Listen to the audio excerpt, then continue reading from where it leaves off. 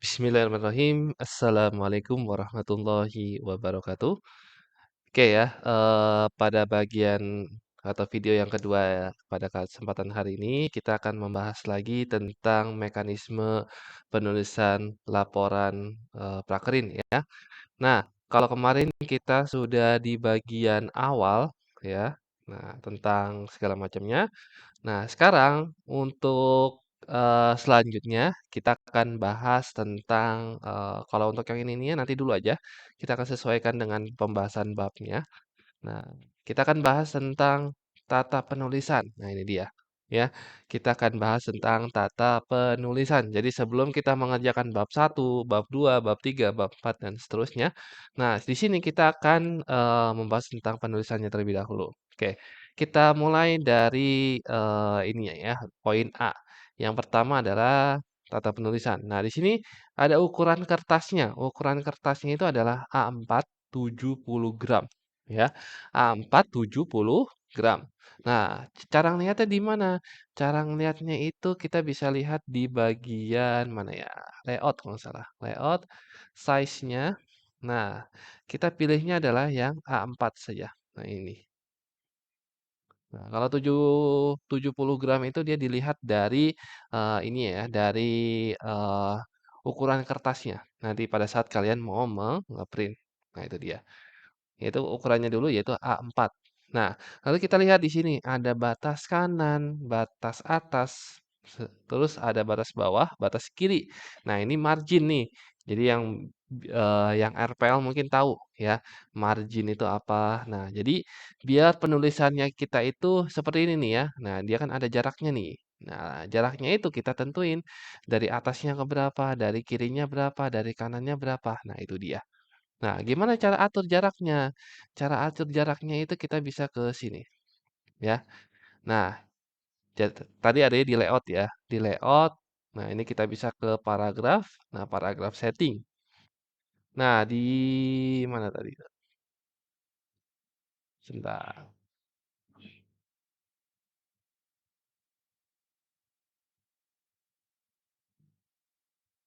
Oh, ini di page setup ya, bukan di paragraph setting tapi di page setup ya.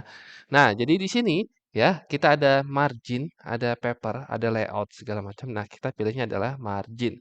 Pastikan posisinya portrait ya, jangan sampai landscape. Nah, di sini kita akan tentukan. Nah, margin atasnya berapa tadi? Nah, margin atasnya adalah 3, kanannya juga 3. Oke, kita buat dulu 3, kanannya 3. Nah, ini dia. Oke, lanjut bawah sama kiri 4. Nah, bawahnya 4, kirinya 4. Loh, kok kayak begini, Pak? Ya, aturan penulisan memang seperti ini. Jadi nanti kenapa kirinya lebih banyak? Nah, pada saat buku, nah ini deh ibaratnya ya, buku ya. Nah, biasanya kan dia ada di bagian sini ya, di bagian ada staplesnya atau buat ngelemnya. Nah, seperti itu. Jadi harus dikasih jarak lebih banyak, seperti itu. Nah, untuk bagian, kirinya. Nah, bagian bawahnya, dia biasanya untuk, untuk judul, untuk penomoran ya, dan lain-lainnya. Nah, jadi harus diberikan space yang agak banyak ya, seperti itu. Nah, ini kita okein. Nah, maka dia akan mengikuti peraturan yang telah kita buat. Oke, lanjut untuk jarak ketikan adalah 1,5 spasi. Nah, yang mana tuh, Pak? Oke, jarak ketikan adalah seperti ini. Jadi kalau saya mau nulis seperti ini ya. Sebentar, ini saya ganti dulu jadi warna hitam biar kelihatan.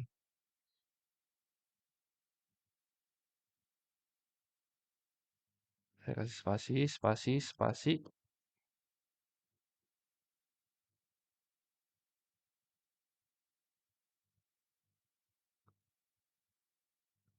Nah, ini ya contoh ya. Nah, ini adalah contoh sebuah paragraf. Nah, kita akan buat jaraknya, jarak spasinya adalah 1,5 ya. Nah, jadi caranya itu kalian blok terlebih dahulu. Kalian atur nih bagian sini nih dekat dekat ini nih dekat chat ya. Nah, ini kalian atur 1,5. Nah, perbedaannya apa? Nah, kalian bisa lihat sendiri ya. Perbedaannya itu adalah jarak antara hurufnya atau antara barisnya ya. Nah, kalau 1,5 segini, kalau 1,15 ya, kalau 1,5 dia segini, agak lebih jauh. Nah, itu dia. Ya, jaraknya harus 1,5. Ukuran hurufnya atau tipe hurufnya adalah Times New Roman. Nah, ukurannya baru 12. Nah, kita lihat di bagian sebelah kiri atas. Nah, di sini dia harus Times New Romans, ya. Dan di sini dia harus 12. Ya, ukurannya 12. Oke, itu ya untuk penulisannya. Nah, di sini ada penomoran bab, ya. Bab dinomori dengan menggunakan angka Romawi. Nah, subbab dinomori dengan menggunakan angka Latin. Nah, seperti itu. Jadi bab ya yang tadi Ana buat. Kita back dulu. Nah, ini dia. Jadi ini nggak boleh bab satu, bab 2, bab 3, bab 4. Seperti ini nggak boleh. Jadi harus pakai nomor Romawi ya. Satu, 2, 3. Nah, seperti itu ya. Jadi nggak boleh menggunakan angka yang biasa. Oke, kalau subbab, nah ini dia. Kalau subbab itu apa? Subbab itu judul yang di bawahnya. Ini kan ibaratnya judul inti nih, ya. Kalau judul di bawahnya berarti dia di sini. Nah, barulah di sini misalkan poin 1,2. Nah, seperti itu. Barulah kita bisa menggunakan angka Latin atau angka biasa dan juga di sini kita bisa menggunakan dengan ini apa huruf. Nah, tapi untuk penggunaannya itu harus ini ya, diatur ya. Contoh, jadi jika saya mempunyai sebuah list gitu ya, ya ibaratnya kita list lah ya. Di satu, dua, tiga. Nah, di tiga ini dia ada penjelasannya lagi dan dia ada subbabnya lagi. Nah, ini nggak boleh satu, dua, tiga lagi. Nah, dua, tiga. Nah, gini nggak boleh. Jadi kalau punya poin lagi, nah di sininya harus dibedakan. Misalkan yang atasnya sudah angka, nah di bawahnya harus huruf seperti ini ya. Nah, terus di bawahnya lagi baru boleh angka lagi ya. Nah, itu untuk membedakan.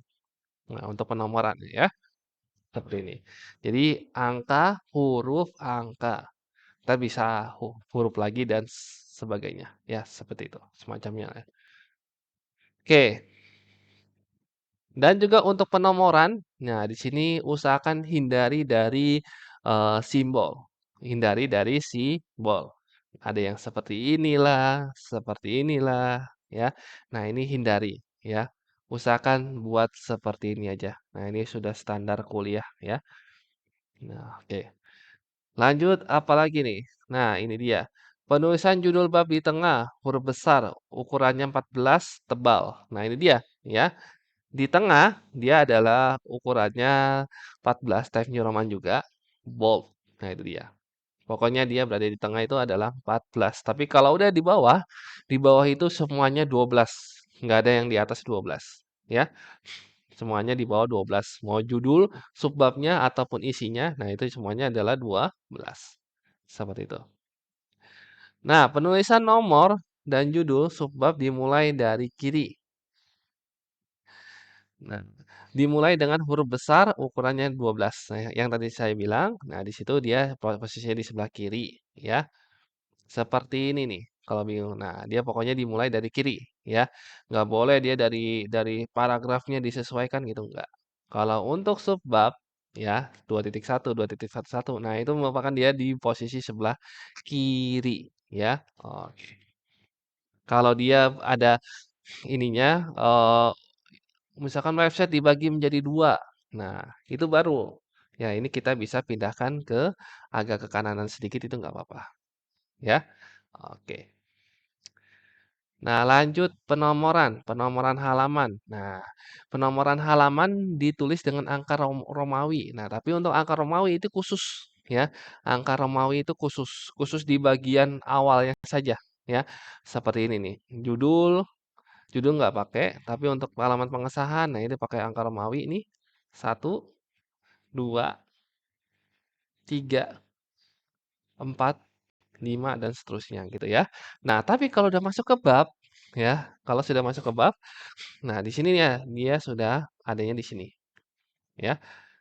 Ini 1, 2. Nah, ini sebenarnya agak salah ya. Jadi yang benar itu untuk nomor pertama dia di sini nih. Kalau untuk ketentuan ya. Nah, kalau untuk ketentuan kuliah itu dia penulisan ya. Nah, dia di sini nih.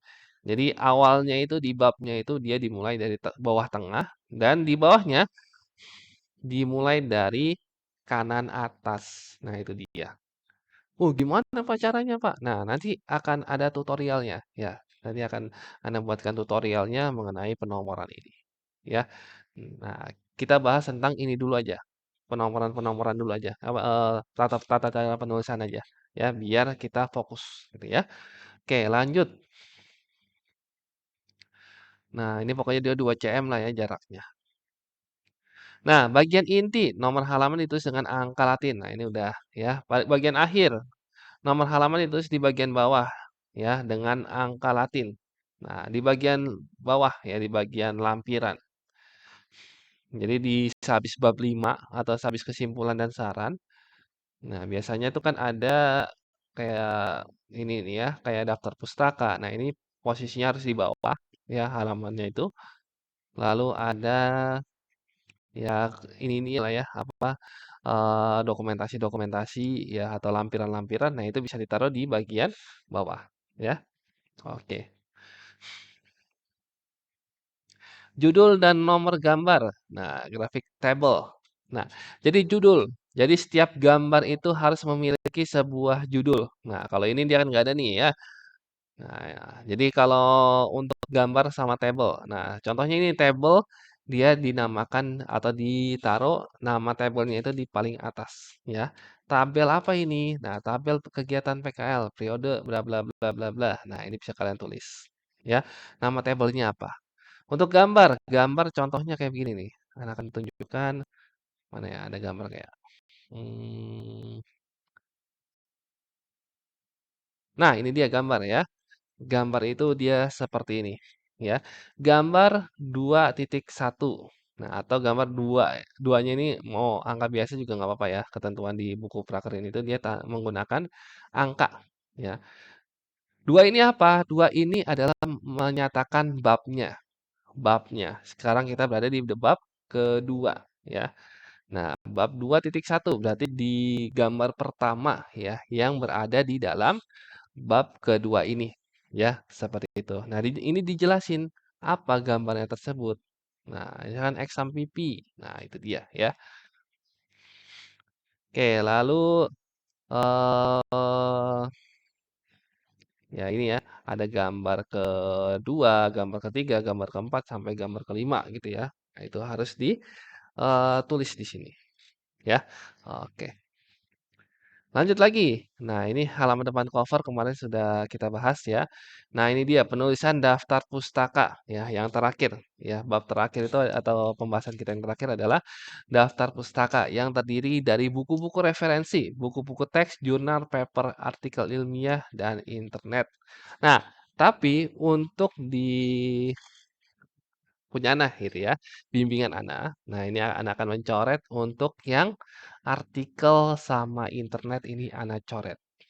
Loh, kenapa Pak dicoret Pak? Ya, karena anak kepingin untuk yang nanti ya pengertian-pengertian yang ada itu diambil dari para ahli ya yang menjelaskan tentang Flutter lah, tentang jaringan lah atau apapun lah itu ya. Nah, itu harus para ahli yang menjelaskan, seperti itu.